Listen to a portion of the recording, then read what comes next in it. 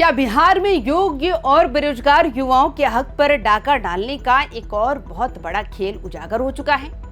क्या बिहार लोक सेवा आयोग यानी बीपीएससी जैसी बड़ी संस्था के कड़े इम्तिहानों को पास करके नौकरी पाने वाले गुरुजी के पास से जो डिग्रियां हैं वो महज कागज का एक टुकड़ा है?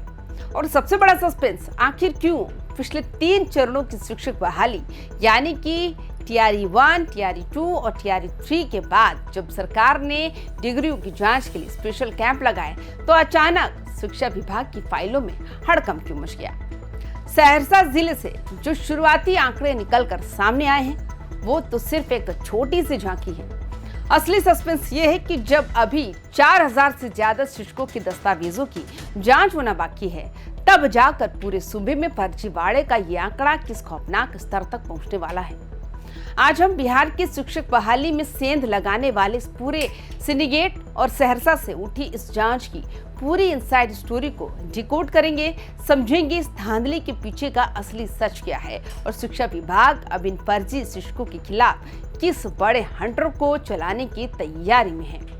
नमस्कार, आप देख रहे हैं वाइबिन बिहार झारखंड। मैं हूं आपके साथ मुदिता त्रिपाठी। चलिए बेहद आसान भाषा में और बिना किसी लाग लपेट के इस पूरे मामले का गहरा विश्लेषण करते हैं। बिहार का सहरसा जिला इस समय पूरे सूबे के प्रशासनिक और शिक्षा गलियारों में चर्चा का सबसे बड़ा केंद्र बन चुका है। वजह है पिछले 2 सालों के भीतर बहाल हुए शिक्षकों के प्रमाण पत्रों की चल रही सघन जांच।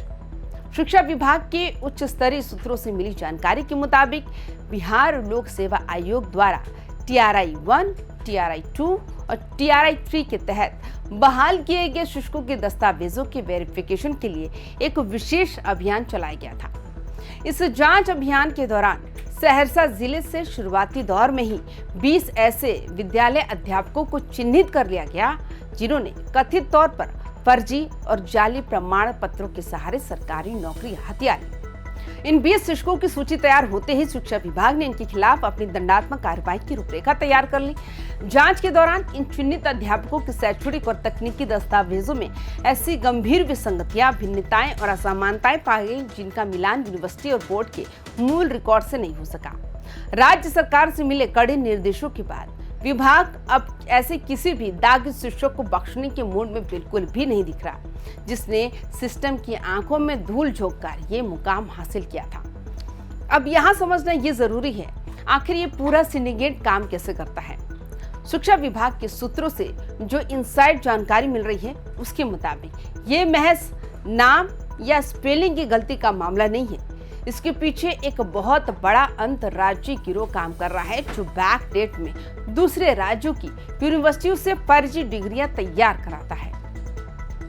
जब बीपीएससी ने परीक्षा का ऐलान किया तो इन जालसाजों ने रातों रात उत्तर प्रदेश, मध्य प्रदेश और राजस्थान के कुछ फर्जी संस्थानों से बीएड, डीएलएड और सीटीईटी के जाली सर्टिफिकेट्स तैयार करवा लिए। हैरानी की बात देखिए कि इनके सर्टिफिकेट्स पर जो रोल नंबर दर्ज हैं, जब विभाग ने उन्हें संबंधित बोर्ड की वेबसाइट पर चेक किया तो या तो वो रोल नंबर मौजूद ही नहीं थे या फिर उस रोल नंबर पर किसी दूसरे छात्र का नाम दर्ज था। यानी कि एक सोची समझी जालसाजी का खेल था जिसने पूरे सिस्टम को चुनौती दी है। इस पूरे फर्जीवाड़े को पकड़ने के लिए शिक्षा विभाग ने सहरसा के अलग अलग शिक्षा अंचलों में विशेष शिविर यानी वेरिफिकेशन कैंप लगाए थे। राज्य सरकार का साफ मानना था कि नियुक्तियां भले ही तेजी से की गई हो लेकिन योग्य उम्मीदवारों की जगह कोई भी फर्जी व्यक्ति बच्चों के भविष्य से खिलवाड़ ना कर पाए।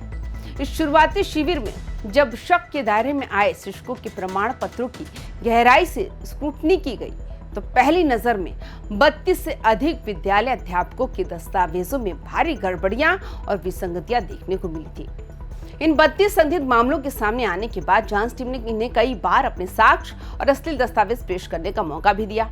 कई दौर की आमने सामने की जांच और यूनिवर्सिटी से मिले इनपुट के बाद आखिरकार विभाग ने पुख्ता तौर पर 20 ऐसे टीचर्स की अंतिम सूची फाइनल की जिनके खिलाफ जालसाजी और धोखाधड़ी का मामला पूरी तरह साफ हो चुका। इन शिक्षकों के सर्टिफिकेट्स में नाम की स्पेलिंग से लेकर रोल नंबर, पासिंग ईयर और यहाँ तक कि यूनिवर्सिटी की मोहरों तक में भारी डिफरेंस पाई गई। इसी वजह से प्रशासनिक महकमा अब इन शिक्षकों पर न सिर्फ बर्खास्तगी बल्कि सैलरी रिकवरी और कानूनी प्राथमिक दर्ज कराने की तैयारी में भी जुट गया है। लेकिन इस पूरी कहानी का सबसे चौंकाने वाला और चिंताजनक पहलू ये है कि फर्जीवाड़ा तो अभी सिर्फ समुद्र में तैरते हुए एक बर्फ के पहाड़ की नोक जैसा है। अगर हम सहरसा जिले के कुल आंकड़ों पर नजर डालें तो बिहार लोक सेवा आयोग द्वारा पिछले 3 चरणों TRI 1, 2, 3 के दौरान जिले में करीब 4500 विद्यालय अध्यापकों की बम्पर बहाली की गई थी। हैरानी की बात यह है कि इस भारी भरकम संख्या में से अब तक शिक्षा विभाग की जांच टीम केवल 400 के करीब विद्यालय अध्यापकों के प्रमाण पत्रों का ही पूरी तरह से भौतिक और तकनीकी सत्यापन कर पाई है। प्रशासनिक सुस्ती या संसाधनों की कमी के कारण जिले के सभी 10 प्रखंडों में से केवल 7 प्रखंडों में ही वर्ग 1 से 5वीं कक्षा यानी प्राइमरी स्कूलों में बहाल हुए शिक्षकों की दस्तावेजों की जांच पूरी हो सकी। यानी अभी भी मिडिल, हाई और +2 स्कूलों के साथ साथ बाकी बचे प्रखंडों के प्राथमिक शिक्षकों की एक बहुत बड़ी खेप ऐसी है जिनकी डिग्रियों पर से पर्दा उठना अभी बाकी है। सहरसा के केवल 7 प्रखंडों में और वो भी सिर्फ 1 से 5वीं कक्षा के शिक्षकों की जांच होना अपने आप में कई बड़े सवाल खड़े करता है। आखिर बाकी बचे 3 प्रखंडों और 6ठी से लेकर 12वीं कक्षा तक के शिक्षकों की फाइलें क्यों दबा कर रखी गई? क्या इसके पीछे भी कोई विभागीय सांठ-गांठ है या फिर जांच कछुआ गति से इसलिए चल रही है ताकि फर्जी तरीके से घुसे लोगों को संभलने का मौका मिल सके? सूत्रों का दावा है कि जैसे ही शुरुआती 20 नाम ब्लॉक स्तर पर लीक हुए वैसे ही सहरसा के कई स्कूलों में हड़कंप मच गया। कई टीचर तो ऐसे हैं जो बीमारी का बहाना बनाकर या बिना कोई सूचना दिए अचानक मेडिकल लीव पर चले गए हैं। उन्हें अच्छी तरह मालूम है कि जैसे ही उनकी फाइलें टेबल पर आएंगी उनका ये फर्जी साम्राज्य ताश के पत्तों की तरह ढह जाएगा।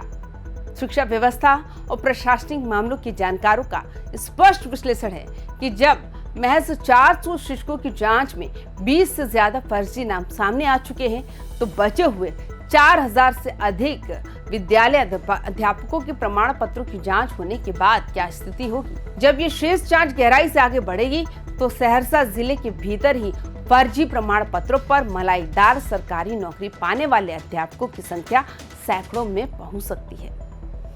ये ट्रेंड सिर्फ सहरसा तक सीमित नहीं रहने वाला। अगर एक जिले की 10% जांच में यह हाल है तो बिहार के सभी 38 जिलों का कुल आंकड़ा क्या होगा, इसकी कल्पना करना भी मुश्किल है। हालांकि विभाग का आधिकारिक रुख यही है कि अंतिम संख्या तो पूरे वेरिफिकेशन के बाद ही क्लियर हो पाएगी। लेकिन जमीनी हकीकत को देखने वाले एक्सपर्ट्स का मानना है कि इतनी बड़ी संख्या में विसंगतियां मिलना इस बात का पक्का सबूत है कि बिहार लोक सेवा आयोग जैसी प्रतिष्ठित संस्था द्वारा ली गई परीक्षा की प्रक्रिया के बाद जो डॉक्यूमेंट वेरिफिकेशन का स्टेज था उसमें कहीं ना कहीं बहुत बड़ी ढिलाई या विभागीय सांठ-गांठ बरती गई है। इसकी एक निष्पक्ष और मुकम्मल जांच होना सूबे के लाखों ईमानदार अभ्यर्थियों के हित में बेहद जरूरी हो गया है। इस पूरे मामले में जो सबसे बड़ा प्रशासनिक मोड़ आने वाला है वो है इन फर्जी शिक्षकों से होने वाली रिकवरी।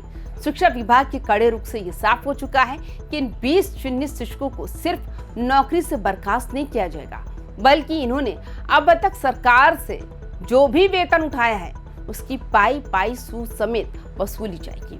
इसके लिए इनके ऊपर सर्टिफिकेट केस दर्ज करने की तैयारी चल रही है। अगर ये पैसे वापस नहीं करते तो इनकी निजी संपत्ति को कुर्क करने तक की नौबत आ सकती है। इसके साथ ही स्थानीय थानों में धोखाधड़ी और सरकारी दस्तावेजों के साथ जालसाजी करने के जुर्म में गैर जमानती धाराओं के तहत FIR दर्ज की जा रही है, जिसका सीधा मतलब है कि इन फर्जी गुरुजी का अगला ठिकाना सीधे जेल की कोठरी होने वाला है।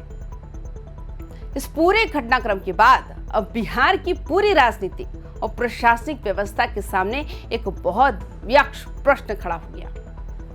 पूर्व मुख्यमंत्री नीतीश कुमार के नेतृत्व वाली सरकार ने जिस शिक्षक बहाली को अपनी सबसे बड़ी ऐतिहासिक कामयाबी के रूप में देश के सामने पेश किया था, क्या उसके पीछे एक बहुत बड़ा फर्जीवाड़ा पनप रहा था? अकादमिक विश्लेषकों का मानना है कि बीपीएससी ने अपनी तरफ से परीक्षा का आयोजन बेहद कड़े पहरे में किया, जिसमें बायोमेट्रिक हाजिरी से लेकर आधुनिक तकनीक का इस्तेमाल किया गया। लेकिन असली खेल परीक्षा पास करने के बाद विभागीय स्तर पर होने वाले काउंसलिंग और प्रमाण पत्र सत्यापन के दौरान हुआ। जब तक यूनिवर्सिटी के मूल डेटाबेस से इन डिग्रियों को सीधे ऑनलाइन लीक नहीं किया जाता, तब तक बाहरी राज्यों की फर्जी डिग्रियों और जाली सर्टिफिकेट्स के सहारे सिस्टम में घुसपैठ करने वाले इन जालसाजों को पूरी तरह रोक पाना नामुमकिन है। शिक्षा विभाग के आला अधिकारियों की तरफ से अब ये संकेत मिल रहे हैं कि इस बार जांच का दायरा सिर्फ सहरसा तक नहीं रुकेगा, बल्कि बाहरी राज्यों जैसे उत्तर प्रदेश, मध्य प्रदेश और राजस्थान के बोर्ड और यूनिवर्सिटीज में भी विशेष टीमें भेजकर इन संदिग्ध डिग्रियों की जड़ तक पहुंचा जाएगा। इस पूरी धांधली के बीच उन लाखों ईमानदार अभ्यर्थियों का दर्द कौन समझेगा, जो रात दिन एक करके पटना और सहरसा की तपती सड़कों पर लॉज में रहकर तैयारी करते हैं। जब एक एक जिले से सैकड़ों की संख्या में ऐसे फर्जी लोग सिस्टम में घुस जाते हैं, तो सीधा असर कट ऑफ लिस्ट पर पड़ता है।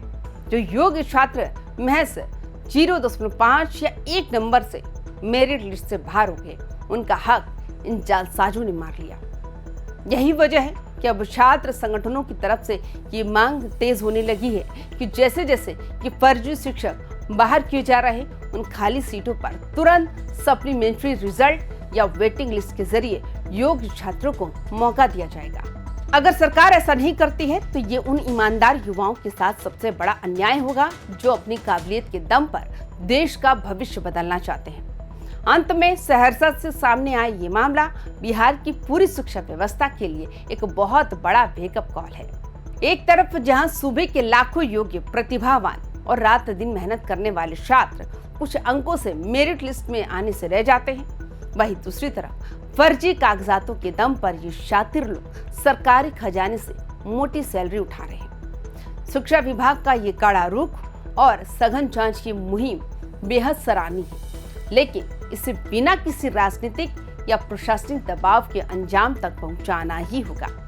जब तक एक एक फर्जी शिक्षक को नौकरी से बाहर करके सलाखों के पीछे नहीं भेजा जाता और उनसे अब तक ली गई सैलरी की पाई पाई वसूल नहीं की जाती, तब तक बिहार की शिक्षा व्यवस्था में सुधार का दावा पूरी तरह अधूरा रहेगा। आपको क्या लगता है, क्या बीपीएससी की इस महाबहाली के पीछे वाकई कोई बहुत बड़ा सिंडिकेट काम कर रहा था? क्या शिक्षा विभाग को बिहार के सभी 38 जिलों में एक साथ ऐसी कड़ी जांच का आदेश दे देना चाहिए? अपनी राय हमें नीचे कमेंट बॉक्स में जरूर बताएं। बिहार की राजनीति, सरकारी नौकरियों और हर एक प्रशासनिक के भ्रष्टाचार के गहरे इनसाइड विश्लेषण के लिए देखते रहिए हमारा चैनल YBN बिहार झारखंड। अपना ख्याल रखिए, इस वीडियो को शेयर करें और लाइक करना ना भूलें। नमस्कार।